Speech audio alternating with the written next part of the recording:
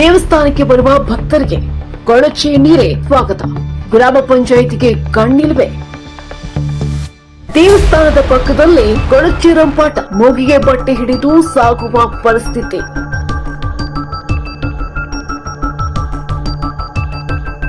ಅರ್ಜಿ ಕೊಟ್ಟು ಸಾಕಾಯಿ, ಪಂಚಾಯಿತಿ ಅಧಿಕಾರಿಗಳ ನಿರ್ಲಕ್ಷ್ಯಕ್ಕೆ ದೊಡ್ಡ ಜಂಗೂರು ಗ್ರಾಮಸ್ಥರ ಕಿಡಿ.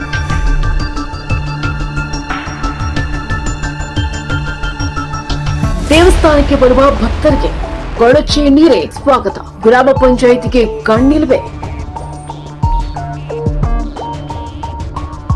ಚಿಂತಾಮಣಿ ತಾಲೂಕಿನ ಕಸಾಬಾ ಹೋಬಳಿಯ ದೊಡ್ಡ ಗಂಜೂರು ಗ್ರಾಮದ ಮುಖ್ಯ ರಸ್ತೆಯಲ್ಲಿರುವಂತಹ ಶ್ರೀ ಸಿದ್ಧಿವಿನಾಯಕ ಸ್ವಾಮಿ ದೇವಸ್ಥಾನದ ಪಕ್ಕದಲ್ಲಿ ಚರಂಡಿಗಳು ಹೂಳು ಮತ್ತು ತ್ಯಾಜ್ಯದಿಂದ ತುಂಬಿ ತುಳುತ್ತಿದ್ದು, ಸ್ಥಳೀಯ ನಿವಾಸಿಗಳು ಹಾಗೂ ಸಾರ್ವಜನಿಕರು ತೀವ್ರ ಸಂಕಷ್ಟ ಎದುರಿಸುತ್ತಿದ್ದಾರೆ.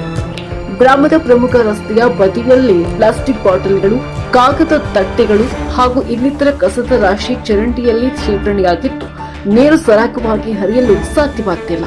ಇದರ ಪರಿಣಾಮವಾಗಿ ಚರಂಡಿ ನೀರು ನಿಂತು ದುರ್ವಾಸನೆ ಬೀರ್ತಿದ್ದು, ಸೊಳ್ಳೆಗಳ ಕಾಟ ವಿಪರೀತವಾಗಿದೆ. ಇದರಿಂದ ಸಾಂಕ್ರಾಮಿಕ ರೋಗಗಳು ಹರಡುವ ಭೀತಿ ಎದುರಾಗಿದೆ ಎಂದು ಆರ್ ಸುಬ್ರಹ್ಮಣ್ಯಂ ಅಳಲು ತೋಡಿಕೊಂಡಿದ್ದಾರೆ. ಮುಖ್ಯ ರಸ್ತೆ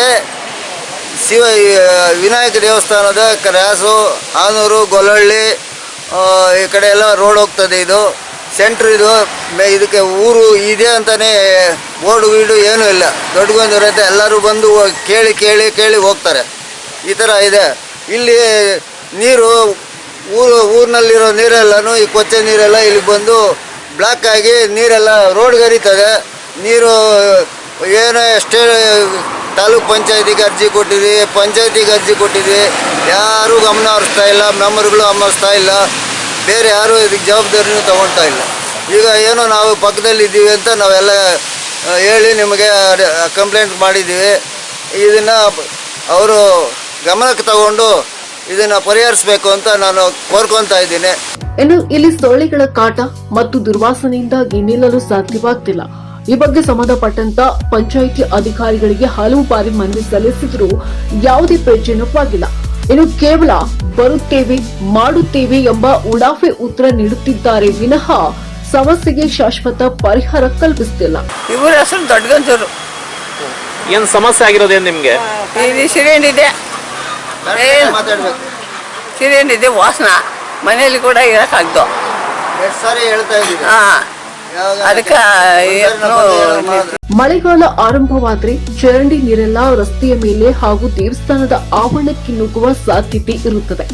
ವರ್ಷಗಳಿಂದಲೂ ಕೂಡ ಇದೇ ಪರಿಸ್ಥಿತಿ ಮುಂದುವರೆದಿದ್ದು, ಗ್ರಾಮಸ್ಥರು ಪ್ರತಿ ವರ್ಷವೂ ಮನವಿ ನೀಡುತ್ತಲೇ ಇದ್ದಾರೆ.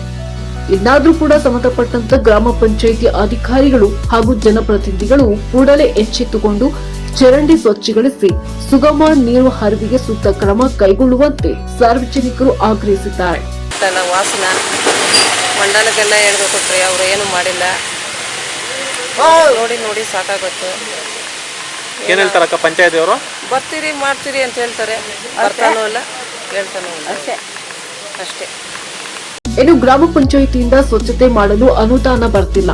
ಪಂಚಾಯಿತಿಗಳಲ್ಲಿ ಕಳೆದ 2 ವರ್ಷಗಳಿಂದ ಅನುದಾನದ ಕೊರತೆ ಇದೆ ಎಂದು ಗ್ರಾಮ ಪಂಚಾಯಿತಿ ಅಧಿಕಾರಿಗಳು ಹೇಳುತ್ತಾರೆ.